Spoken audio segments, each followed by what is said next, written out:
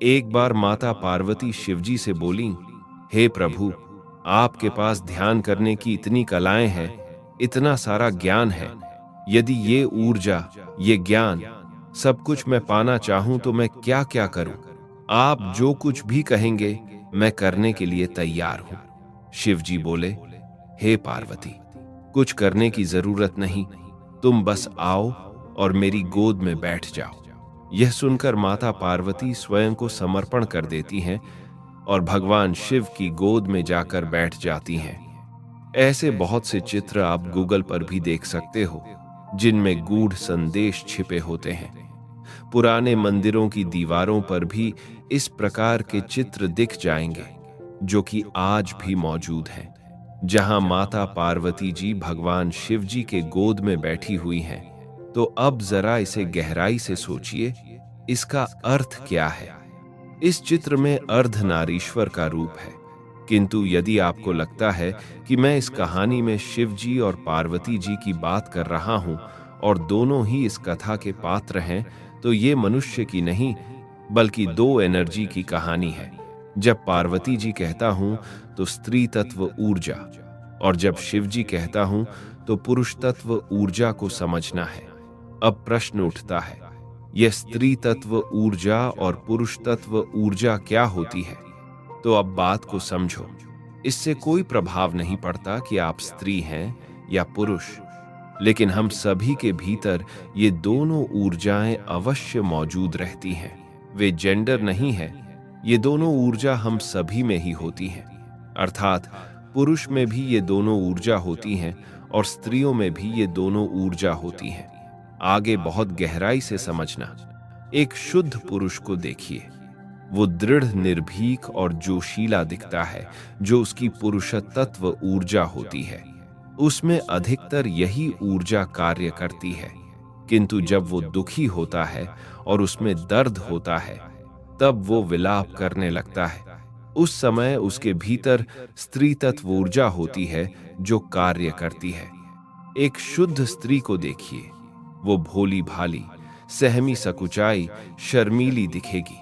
पर तब जब इसमें स्त्री तत्व ऊर्जा कार्य करती है, परंतु जब उसमें पुरुष तत्व ऊर्जा बढ़ती है तो कैसे कार्य करती है, यह हमें बताने की जरूरत नहीं है। शादीशुदा मर्द अच्छी तरह से जानते हैं। खैर, इतिहास की वे वीरांगनाएं जो भले ही स्त्री थीं, परंतु उनमें पुरुष तत्व ऊर्जा अधिक थी, या वो नारियां जो समाज सेविकाएं, अधिकारी, वकील, जज, पुलिस और सेना में हैं, उनमें पुरुष तत्व ऊर्जा अधिक है। अतः यह जरूरी नहीं कि यदि आप स्त्री हैं तो आपके भीतर केवल स्त्री तत्व ऊर्जा ही है, अपितु पुरुष तत्व ऊर्जा भी है। इस प्रकार सभी स्त्री पुरुष में दोनों ऊर्जा, स्त्री तत्व और पुरुष तत्व ऊर्जा का वास है। कभी कभी कोई एक ऊर्जा अधिक कार्य करती है तो कभी कभी कम कार्य करती है। अब ध्यान से समझो जो मैं समझाना चाहता हूं। ठीक ऐसे ही हमारे माता पिता में भी दोनों ऊर्जा मौजूद है, किंतु जिस दिन आपके पिताजी में पुरुष तत्व ऊर्जा बढ़ी और आपकी माताजी में स्त्री तत्व ऊर्जा बढ़ी, तो वे दोनों परस्पर आकर्षित हुए, उनमें शारीरिक संबंध बने। यही आकर्षण का विज्ञान है। जब दो विरुद्ध ऊर्जा बढ़ती है, तब वे एक दूसरे से आकर्षित होती हैं। तो इस विज्ञान अनुसार आपके पिताजी और माताजी परस्पर आपस में आकर्षित हुए और उन्होंने शारीरिक संबंध बनाए और परिणाम स्वरूप आप जन्म लिए। पिताजी की पुरुष तत्व और माताजी की स्त्री तत्व ऊर्जा आप में आई और आप भी दो ऊर्जाओं से भर गए, अर्थात आप भी अर्धनारीश्वर बन गए।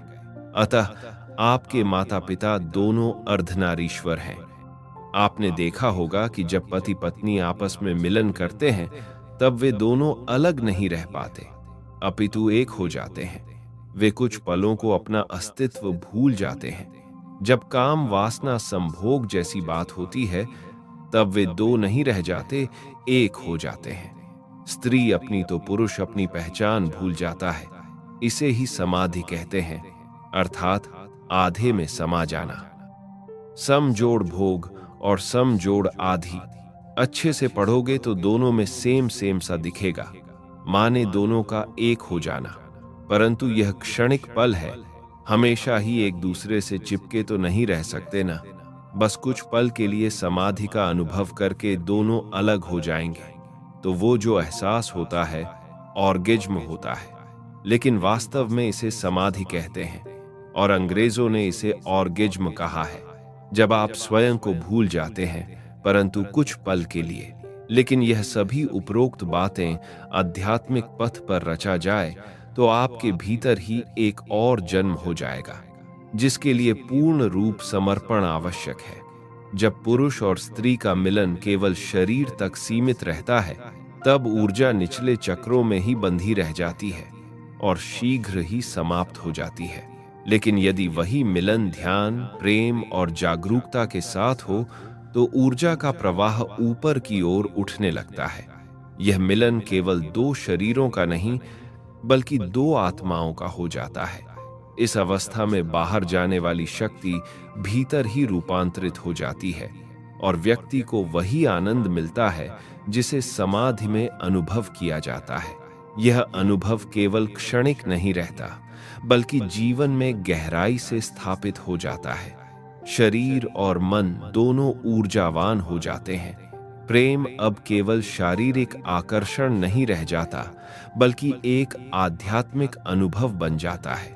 स्त्री तत्व और पुरुष तत्व दोनों ऊर्जाओं का संतुलन अपने भीतर ही करना होता है। यदि एक ओर भी पलड़ा झुके तो दूसरा स्वतः असंतुलित हो जाता है। स्त्री तत्व अधिक होना एक अलग ही सम्मोहन है, आत्ममुग्धता है, निर्भरता है, आश्रय याचिका सी स्थिति है। और पुरुष तत्व अधिक होना कठोर अहंकार है। हम परम तत्व को स्त्री या पुरुष दोनों में से कुछ भी होकर नहीं पा सकते, क्योंकि किसी एक का असंतुलन भीतर संयमित और स्थिर नहीं होने देगा। अतः समझ के तल पर ऊर्जाओं में यह संतुलन स्थापित करना एक सूक्ष्म और कठिन परिवर्तन यात्रा है, किंतु पूर्णता अपने भीतर ही इनके संतुलन पर प्राप्त होती है, उससे पूर्व कदापि नहीं। इन ऊर्जाओं के संतुलित हो जाने पर हम व्यक्ति व मानव को मात्र मानव ही जान पाते हैं, स्त्री या पुरुष नहीं। इससे सहचर सहचरी को समझने में आसानी होती है तथा किन्हीं भी अपेक्षाओं का बोझ नहीं होता। इससे पारिवारिक जीवन में ठहराव, स्थिरता आने लगती है। तो आज बस इतना ही। जाते जाते कमेंट बॉक्स में ओम नमः शिवाय अवश्य लिखें। अंत तक बने रहने के लिए धन्यवाद।